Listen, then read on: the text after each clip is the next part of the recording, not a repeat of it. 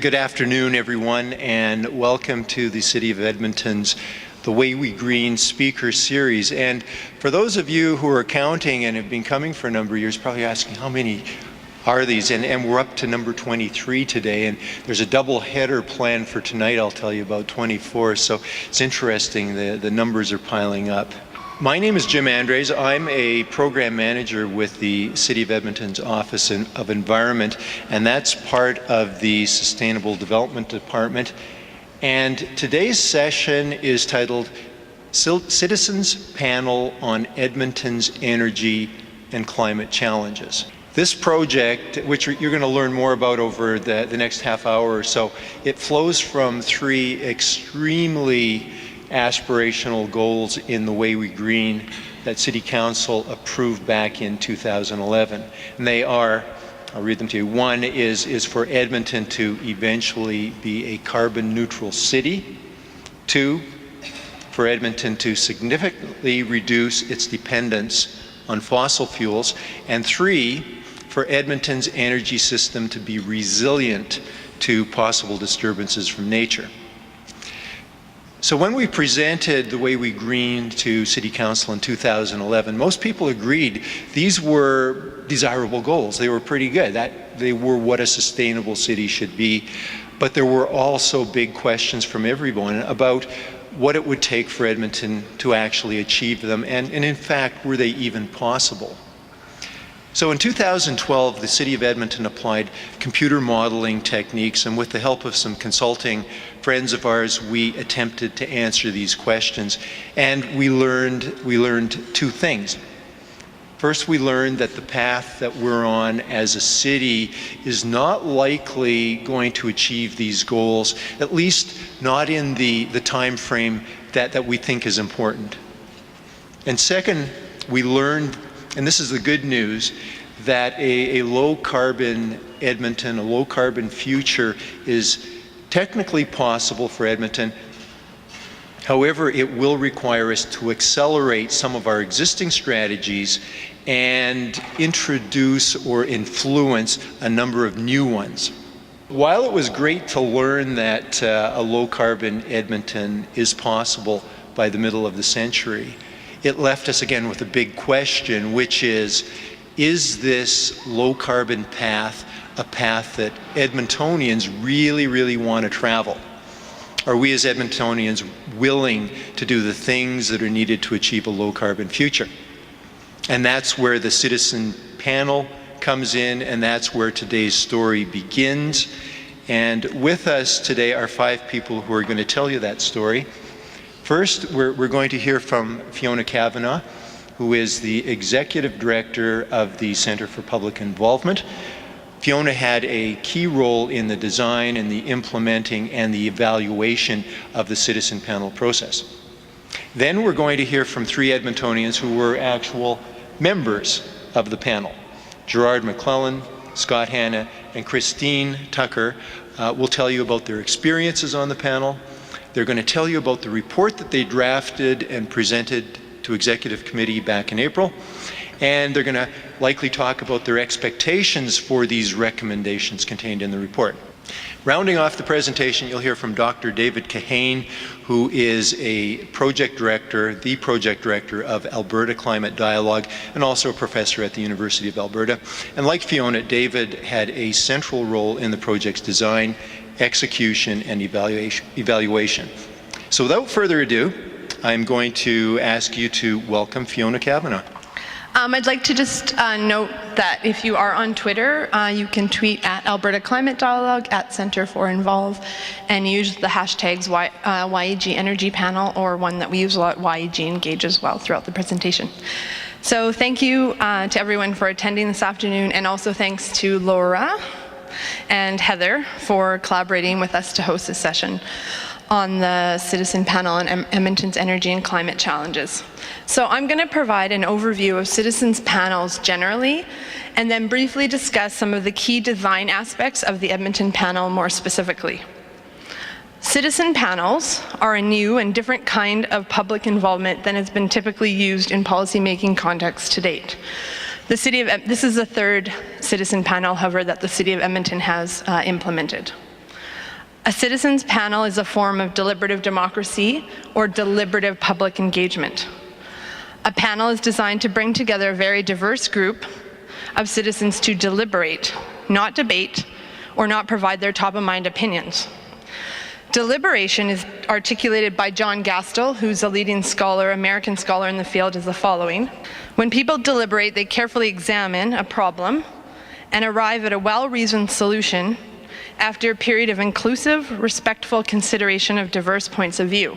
So deliberative public involvement, such as a citizen panel, I would argue is very necessary for effective and meaningful citizen involvement in complex environmental planning.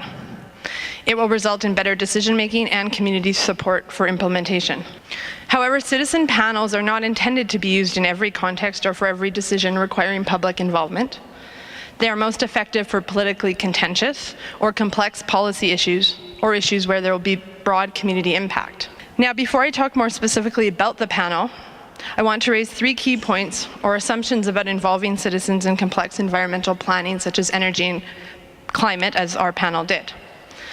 The first is that citizens are not intended to replace technical experts that are very much needed, but they're giving a different kind of input on values, priorities.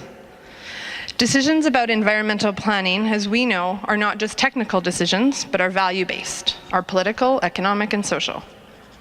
The second is that citizens are very much capable of providing important and valuable input and developing reasoned recommendations, which are critical for effectively addressing and finding solutions to complex environmental issues. And the third one I'd like to mention is just that there must be a clear commitment for the citizen panel to have an impact on decision making. And as when you hear from the panelists, this was very much the case in the citizen panel on energy and climate. So now I'm going to speak more specifically about how we designed the Edmonton Citizens Panel, starting with who participated. So a common and legitimate critique of many public involvement efforts is that the same people participate, the same usual suspects, and that they do not involve a broad spectrum of the views and demographics of the entire community. The Edmonton Citizens Panel involved specific recruitment methods used to address this very issue. A rigorous process was designed where 2,400 citizens were contacted over 2 months to select a final group of 56 Edmontonians who came from all 12 wards. The recruitment process that we undertook was designed to bring Edmonton into a room, meaning a group of participants that looked and sounded like Edmonton, both demographically and attitudinally. We are aware, however, of the limitations of this with a group of only 56. However, demographic criteria that were used in recruitment included wards, age, education income levels, ethnicity, people living with disabilities, and also employment in the energy industry. Attitudinal diversity was determined by looking at survey responses of potential participants to questions of trust in municipal government, political efficacy, and then their specific responses to issues about energy and climate. And in our final report, which is online, as well as you have some copies here, there's a full section on how recruitment happened and all of the characteristics of participants who made up the Edmonton Citizens Panel. We also undertook some targeted outreach to make sure we had enough young people participating and sharing their views. Now I'd like to talk just a little bit more about the design process. The Edmonton panel process was designed through a collaboration that involved researchers, city staff, who spent many, many hours, right Barb? Public involvement practitioners who worked closely together to develop the 6 sessions that took place over 6 Saturdays or 42 hours. So I'd now like to return briefly to the concept of deliberation I started out with and give some key examples of how we actually did this in practice. So, a key aspect of the Citizens Panel process was supporting participants to examine the problem of energy and climate. Citizens started the process with very different levels and types of technical knowledge and information. Therefore, for citizens to be able to equally and effectively participate, we provided the time and supports necessary to allow substantial learning to take place, to examine the issues from many different angles and lenses. Learning happened through many, many different ways, such as experiential activities, small group conversations, multimedia presentations, narratives, academic talks, armchair panel conversations, etc. Participants also had 2 key learning resources. One was the participant handbook, and I have a copy of that with me, and the energy transition paper developed by Pembina Institute and HB Lanark that Jim mentioned at the beginning. We worked really hard to ensure that the information included a broad range of diverse views. 16 resource people and presenters from the City of Edmonton, the University of Alberta, members of the Edmonton business community such as EPCOR and the Urban Development Institute all participated to really support and ensure that participants completely and fully examined this problem of energy and climate. The citizen panel design also included other key elements of deliberation: respectful consideration of diverse viewpoints. There were many multiple facilitated group activities where participants shared different viewpoints, stories, challenged information on each other, challenged research, and dialogued about energy and climate. An examination of values was also a key part of the panel process, and participants were supported to reflect upon and examine values, both individually and collectively. Participants then moved to develop and arrive at well-reasoned solutions, as again we refer to the definition of deliberation. Participants took a lot of time to discuss trade-offs, priorities, challenges, move towards clear common ground, identify clear areas of divergence, and establish overall ideas for specific topic areas such as a provincial electricity grid, transportation, and others. We also used technology to support the development of recommendations and arriving at well-developed solutions. At many points throughout the panel, we gauged individual panelists' views and levels of support for emerging recommendations. Also, citizen panelists provided clear leadership, and they led the development of the final report to ensure all the participant ideas and work was adequately captured and recorded. I'd like to end just by sharing some brief comments about my overall experience in this process. A clear message as I looked out into the room every Saturday morning at 9 a.m. into a full room of citizens were that citizens very much want to be involved. They are passionate about this city and want to contribute to a vision for the present and future. Participants and panelists took their role very, very seriously, and this was really demonstrated every morning. You know this is true. Also, many panelists, even after contributing 42 hours, expressed a desire to stay involved and to act further after the panel process was finished, as you can see from our panelists who are here. So I really think that future citizen processes needed to be designed with this in mind and create clear, structured opportunities for citizens after the panel is over. And also the Center for Public Involvement being a partnership between the city and university to advance the practice and scholarship of public involvement. The panel demonstrates, as David will talk about a little bit more, a great need and opportunity for further research about citizen involvement and ways to effectively and meaningfully involve citizens in decision making. So now we're going to show you just a short video about the process so you can see a little bit in action. Thank you.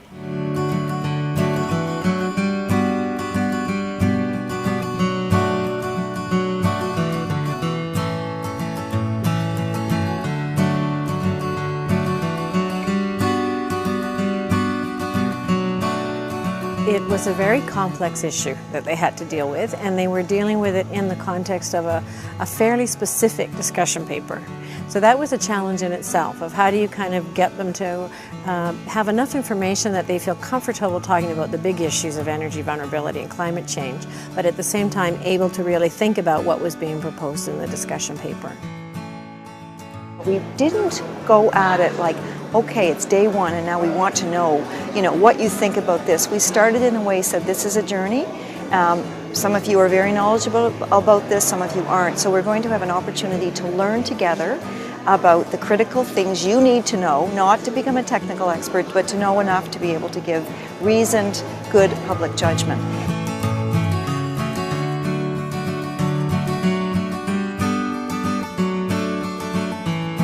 Not only do people come into the room from very different places, but they're still in very different places in terms of belief in climate change, in terms of belief in the urgency of change. And yet, if today's any basis for judgment, there is really some convergence around a lot of recommendations, notwithstanding that difference. I think what the panel did a really good job of was coming up with, different angles to look at every recommendation. So even if you weren't that concerned about the environmental aspects of it, there were still things that would appeal to you, and I don't think they were minor either. There were very, very real, financial and other benefits to the recommendations that we were making. I came in and there was a few others that were like-minded, that we didn't believe the science of climate change. But in the process, and one of the things we did agree on, is that that doesn't mean that the city shouldn't move forward with being smart about energy. Well, the citizen panel's big picture recommendation is basically that we recommend the city takes the necessary measures to become a low carbon city by the year 2050. And also that we basically support the 6 recommendations and the goals and the actions proposed in the city's energy transition paper. For me, it's about quality of life, and I think that if you're supporting the innovations of future technologies, you're really rolling with the changes that are naturally going to take place in any society, and that you can improve quality of life by creating more jobs and protecting us from market volatility. And for me, I think that the environmental impacts that we can make, even in small amounts, is better to take some step than no step at all. There was recognition amongst the panel that there will be some costs associated with any recommendations, but I think the sentiment was pretty much in agreement for the whole group that these costs are necessary, and by making some investments in the next maybe 5 years, that will pay off dividends quite considerably in the longer term. And a lot of the participants are really excited about continuing to be involved and continuing to use the skills and knowledge they learn. So I think that's a great resource for the city as well. The one thing I'd like to say to the council and the administrators is the important thing is that you have citizens that are willing to be a part of the process. Some people don't want to be councillors or things like that, but they still want to be a part of the process. Start now. Start hard, start now, and no half measures. This is the long-term issue that the results will come in long-term, and those are for the future generations. It's a pulse of the city. They took a broad range of the citizens and have all the opinions included in the rooms, and this is something that we've all agreed on. So it's obviously the next step. Important parts of a citizen panel is its representative character, so that the city administrators and councillors can be confident that if a much larger group of citizens came together and were given the same opportunities for deliberating and carefully thinking through recommendations, that they would come to the same conclusions as a small group. I think that there was a lot of integrity through this process. The citizens panel met with a very disparate group of people. We wrestled with these issues. We really went through a good process. So I hope that our report is well respected. It doesn't have ideology or politics attached to it. It really is just the sentiment of a wide range of citizens. And we think that these are really important issues, and we're hoping that you show good leadership on this issue and that we make some positive changes for the future.